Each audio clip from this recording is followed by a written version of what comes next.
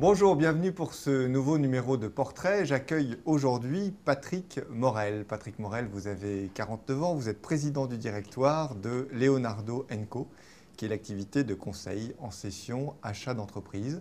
Alors dans le jargon, on dit M&A pour Merger and Acquisition de la banque Leonardo.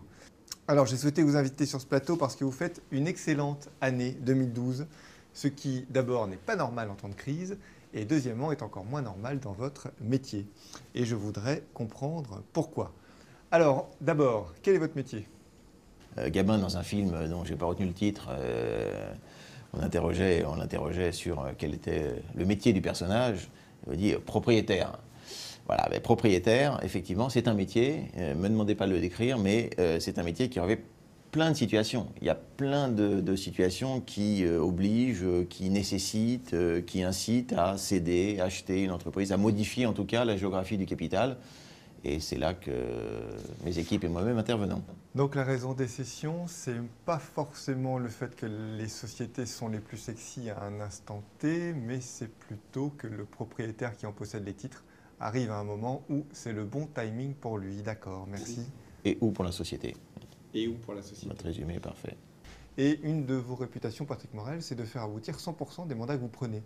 Alors, quelle est la recette? Parce que pour faire aboutir 100%, c'est parce que vous faites comme les boîtes à bac, vous triez les mauvais élèves avant et vous ne prenez que les stars qui se vendent, ou bien vous avez un autre secret magique? Votre question, pourquoi on arrive effectivement à un taux de succès dont je suis objectivement fier, plus que le nombre de deals, plus que tout autre.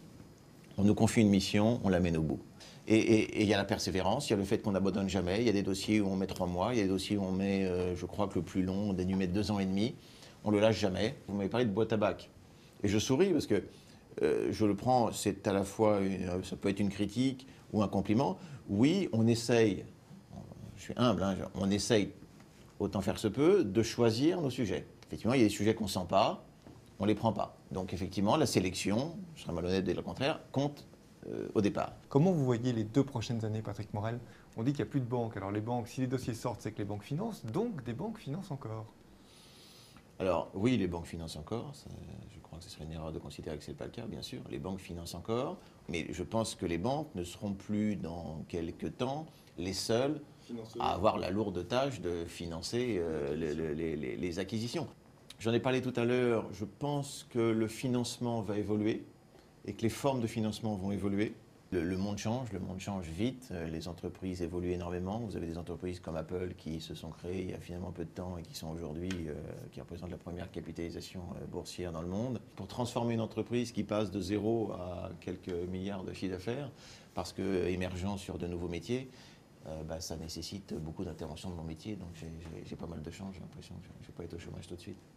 Patrick Morel, merci d'avoir accepté notre invitation. Je dis à bientôt à nos spectateurs pour un nouveau numéro de Portrait.